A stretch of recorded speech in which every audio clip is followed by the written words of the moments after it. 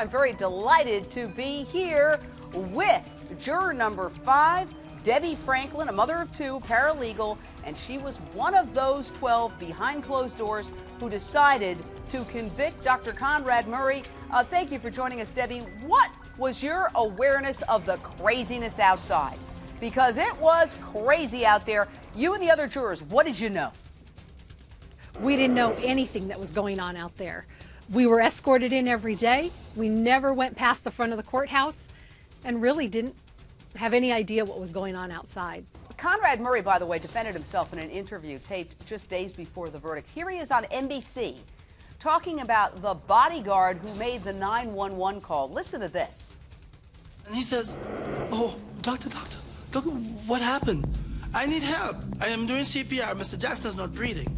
Come in here. Get me help. Call 911. I need you to call 911. In addition to me doing CPR, chest compression, and trying to resuscitate this patient, I'm controlling him on the 911 call. How old is this patient? 50. Get the over here. Get here. I need you to come. Come on. Help me." Debbie, as a juror, what did you and the other jurors make of this character, Dr. Conrad Murray, who seemed to point the finger at everyone else, who seemed to try to behave as if he were the victim?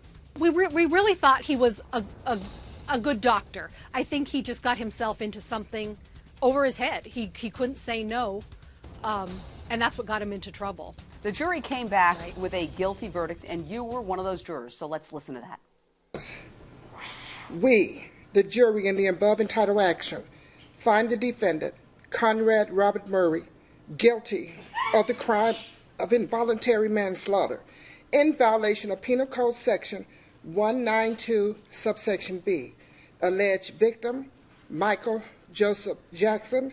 What we really want to know is what went on behind closed doors. I understand that at the end of the first day, there was a lot of arguing. Paint a picture for us. What was it like? Take us behind those closed doors. We all had a lot of questions, so everybody's trying to talk over each other, trying to get what they wanted to say because we hadn't been able to talk about it so long, and this was our first chance to be able to talk about it with each other. By the end of Friday, we decided that the 3 issues that we were going to focus on were the not calling 911, not having the medical equipment, and him leaving the room.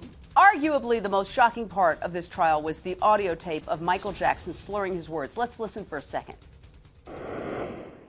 If you believe my show, I want to say, I've never seen nothing like this in my life. What was the discussion in the jury room about this tape? Was there a debate about Michael Jackson being an addict or not?